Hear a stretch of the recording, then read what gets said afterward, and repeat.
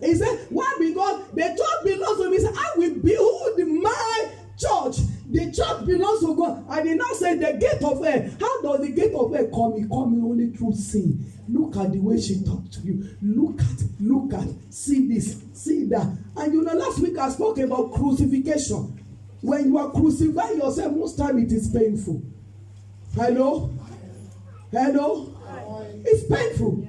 Ask Jesus on the cross of Calvary. Even he has to hand over his mother to John. He said, Mama, see your son. Son. He said, I'm in a condition that I'm devastated. I don't even think I need relations now. I'm in a place of, there's a place in life that you are, that the license to be there is pain. Yeah. I'm sorry to say this. There are dimensions in God that personally I operate in, that the license to be there is what? Pain. Pain of denying yourself. Pain of let go and let God. Pain of humble yourself. Pains of submitting yourself. Pain of saying, I remember what I said, sorry, I didn't mean that. I said, okay, it's well, it's fine. When I got home, I began to cry. I said, God, is it me? In another word, when you talk about the issue of sin, God demands continuity. But the issue of sin is the gate of hell. This sin must be dealt with. He said, because sin can quench grace. Hello? Sin can suffocate grace. Sin can deny the grace. And Paul said, God forbid. How many of us know that in the New Testament we have a greater dimensions of God? New Testament Christian, you are powerful. Hello. Even Satan is jealous of you. Can I tell you one thing? If you actually understand your right and responsibility, can I say something? You are bigger than this.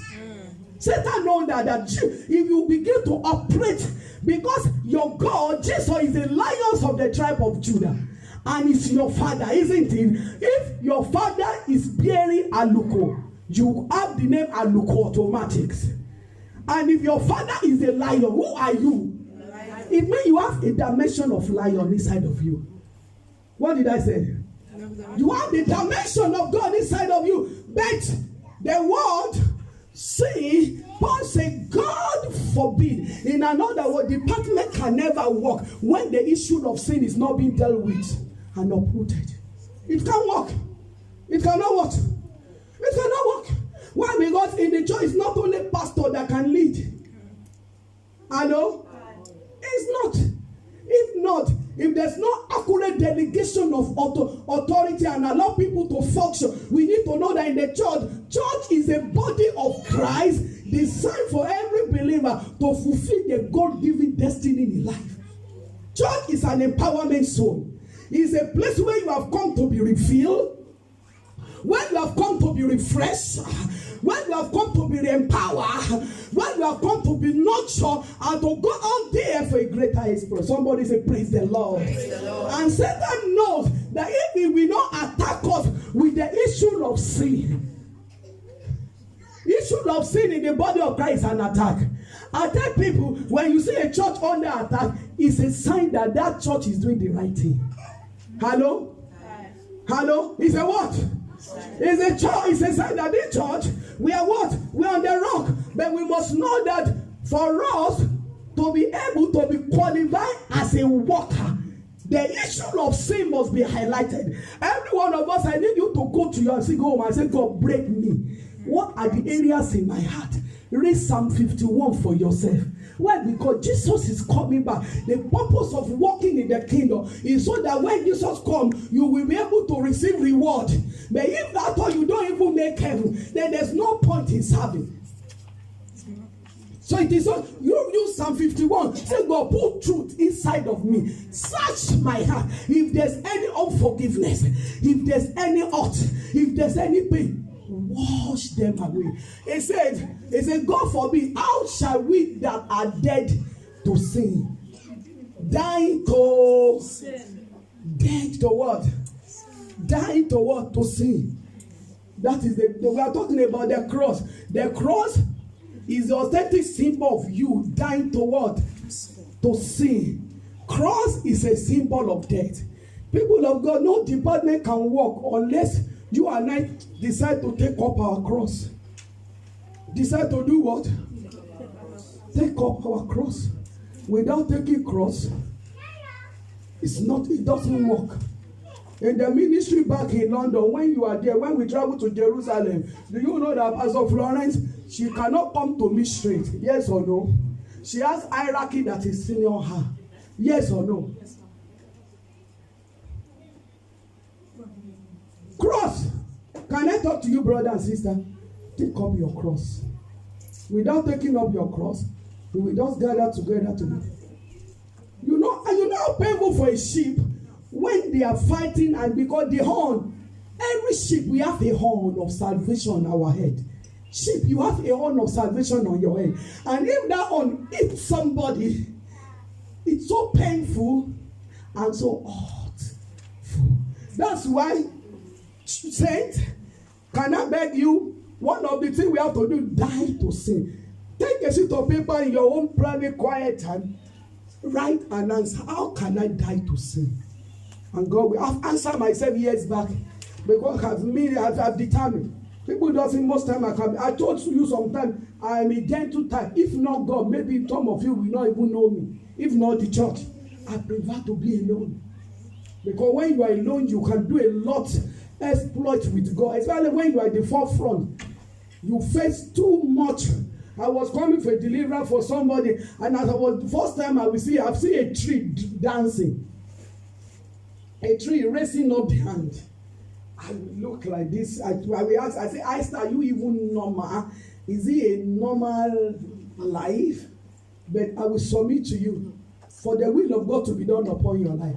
Death is important. Death of your natural self, of your natural you, of your natural ego. Death is important. He said, God forbid, how shall we that are dead to sin live any longer therein? Glory be to God. Let's go right now. Galatians 6:14, 17. Then we go straight.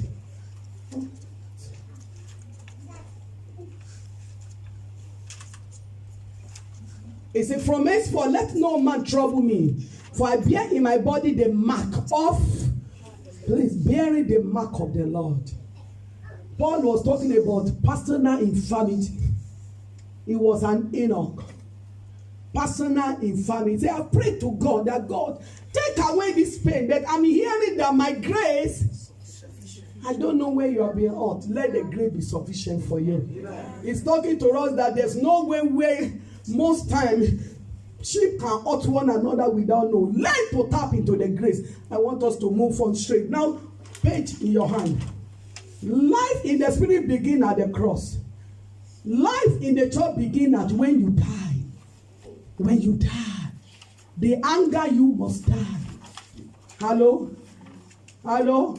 Hi. We must look at one another and be able to support one another, guide one another, be there for one another, kick the devil out. It is very, very important. It is only a dead man that can resurrect. Galatians 2:20, 1 Corinthians, and the Bible is not being read. That's right. Then go to 21.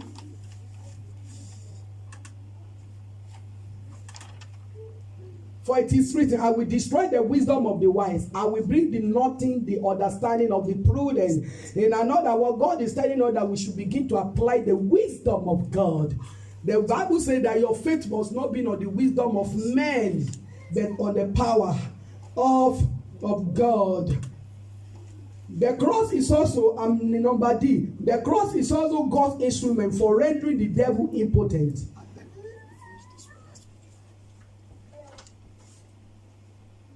Yes, that's where I'm going right now. Finish this one last one. Finish this place. God bless you. God bless you. The cross is also God's instrument for rendering the devil impotent. The cross frees us from the world system. What the cross is not. One, the cross is not sickness, please. The cross is not deformity or an infirmity. 1 Corinthians 1, it lets me clearly. The cross is not physical ornament for decorating the body, not a symbol for ceremonial purpose. The cross is not a sickness. That you let go and let God, that does not say you are fool, you are wise. That you forgive and embrace, that does not say you are stupid. That is saying you are coming to the realm of God. Coming to what? To the realm of God. 1 Corinthians 1:18 says, for the preaching of the cross is to them that perish foolishness. It means as I'm talking now, calling for love and joy, there's nobody that will perish among us. Therefore, the people who will perish, the Bible says the preaching of the cross, die to yourself. It's like a foolishness to them who will perish. In this one, you will not perish. Amen. I say you will not perish. Amen. It means the preaching of the cross it will bring you a high dimensions of God. The preaching of the cross help you to operate in the realm of God. The preaching of the cross make the fulfillment of the Bible says, as you are talking about dying to yourself, it is a foolishness to those who will perish, but to us which are saved.